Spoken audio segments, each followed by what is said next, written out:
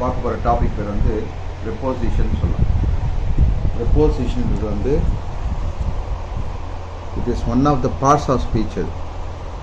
இந்த ப்ரிப்போசிஷன்ற வேர்ட்லேயே மீனிங் இருக்குது பாருங்கள். அந்த எதை நம்ம ப்ரிப்போசிஷன் சொல்கிறோன்னா இன்னு, ஆனு, அட்டு, ஆஃபு, அண்டரு, அதெல்லாம் ப்ரிப்போசிஷன் சொல்கிறோம். இந்த வேர்ட்லேயே அது மீனிங் வச்சுருக்காங்க பாருங்கள். பொசிஷனை குறிக்கிற வேர்டு. இந்த ball is under the table. Under என்ன பொசிஷன் இருக்குது? Yeah the book is on the table. On பொசிஷனை குறிக்குது. அப்போ ப்ரீன்ற வேர்டு ஏன் வருதுன்னு கேட்டாங்கன்னா, நவுனுக்கு முன்னால் வர்றதுனாலையும் ப்ரோனவுனுக்கு முன்னாலே வருது. ப்ரீனா முன்னாலே, அந்த பொசிஷன் முன்னாலே சொல்கிறதுனால நம்ம சொல்கிறோம். ஃபார் எக்ஸாம்பிள் இப்போது the book is on the table. The book is on the table. ஆன்ன்ற வேர்டு ப்ரிப்போசிஷன், பொசிஷனை குறிக்குது. இது எடுத்துகிட்ட மீனிங்கில் பார்த்தீங்களா, அது த புக் இஸ் த டேபிள்னா புக்கே டேபிள் ஆகிடும். அப்போது ஆன் போட்டால் தான் இது கனெக்ஷன் கிடைக்குது. அது எதுனா இப்போ த book is on the table, the book is under the table கூட சொல்லலாம். இதுதான் இது. அப்போ ப்ரீன்னு ஏன் பேர் வச்சோம்? முன்னால். எதுக்கு முன்னாடி? இந்த டேபிள் நவுனுக்கு முன்னால் வர்றதுனால ப்ரீ, பொசிஷனை குறிக்கிறதுனால ப்ரிப்போசிஷன் பேர் வச்சோம். இங்கிலீஷில் பார்த்தீங்கன்னா வேர்ட்லேயே மீனிங் கண்டுபிடிச்சலாம். வேர்ட்லேயே மீனிங் இருக்கும். அதனால ப்ரிப்போசிஷன் ஒரு வேர்டாக சொல்கிறாரு. அடுத்து நான் இன்னைக்கு ஸ்பெஷலாக பார்க்க போகிறது ப்ரிப்போசிஷன் ஸ்பெஷாலிட்டி என்னன்னு கேட்டிங்கனாக்கா, the difference between in and into.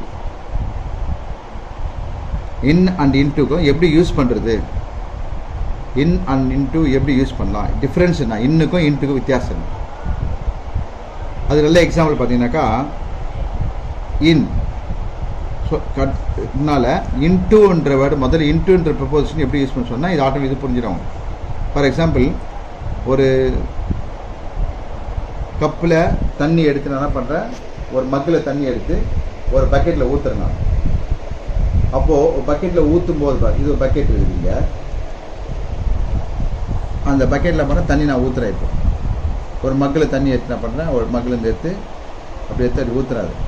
அது ஊற்றும் போது நல்லா கவனிங்க, மூமெண்ட் பாருங்கள். அப்போ இது எப்படி சொல்லலாம், ஐ ஆம் போரிங் பாருங்கள், I am pouring water into the bucket சொல்லுங்கள். Into the bucket, into the bucket. அப்போது இது வந்து மூமெண்ட்டு, இன்டுன்றது வந்து மூமெண்ட்டு குறிக்கும். Moment. The students are getting into the classroom. இப்போ தண்ணி ஊற்றினியா மக்கள் எடுத்து ஊற்றிட்ட பிறகு இந்த தண்ணி என்ன ஆகுதுனாக்கா பக்கெட்டில் போய் ஃபுல்லாக நின்று போச்சு, முடிஞ்சிச்சு, அவ்வளோதான். இப்போ வாட்டர் எங்கன்னு கேட்டால் என்ன சொல்லலாம், the water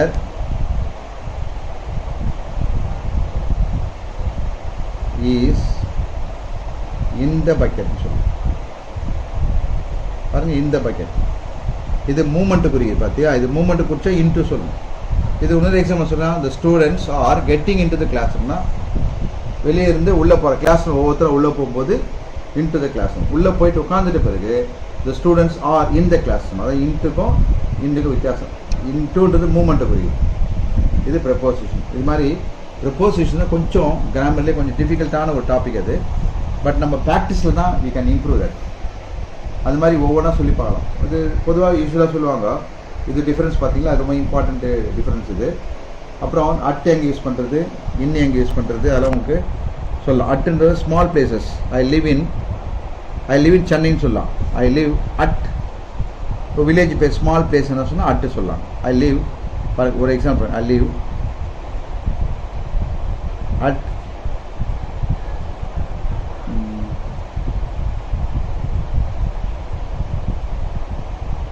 ஸ்மால் பிளேஸ் எதாவது சொல்லலாம்.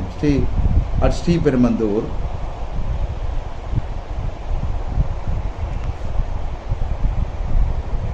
இன் சென்னை.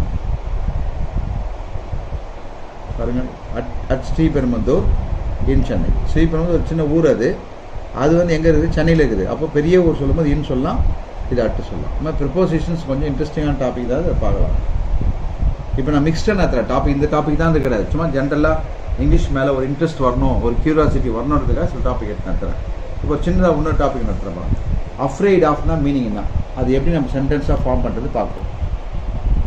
ப்ரிப்போசிஷன் முடிஞ்சிச்சு, அவ்வளோதான். சிம்பிளாக சொல்லியாச்சு. இப்போ அஃப்ரைட் ஆஃப் இந்த ஃப்ரேஸை வந்து நம்ம சென்டென்ஸ் எப்படி யூஸ் பண்ணுறது, அது மீனிங் நம்ம எப்படி கண்டுபிடிக்குது, டிக்ஷனரி பார்க்க மீனிங் எப்படி கண்டுபிடிக்குதுன்னு பார்க்குறோம். சிம்பிளாக சொல்ல பாருங்க. தி rat is, நீங்களே சொல்ல, afraid of cat. அடுத்த பாருங்க, the cat is afraid of dog. The dog is afraid of man. The man is afraid of woman. The woman is afraid of the rat. பாருங்க, இப்போ afraid of மீனிங் வந்து யார் கேட்டாலும் சொல்லுவாங்க பாருங்க. டிக்ஷனரியை பார்க்காம இது மாதிரி சென்டென்ஸாக நம்ம ஃபார்ம் பண்ணாக்கா ஈஸியாக. The cat is afraid of cat. எலி பூனையை பார்த்து பயப்படும், பூனை அந்த நாயை பார்த்து பயப்படும், நாய் மனுஷனை பார்த்து பயப்படும், மனுஷன் பொம்பளையை பார்த்து பயப்படும், அந்த பொம்பளை அந்த எலியை பார்த்து பயப்படுது. இது woman is afraid of the ராட்னு சொல்லி அது மாதிரி சென்டென்சஸ் நம்ம ஃபார்ம் பண்ணுறதுக்கு கற்றுக்கிறது நல்லது. தேங்க்யூ.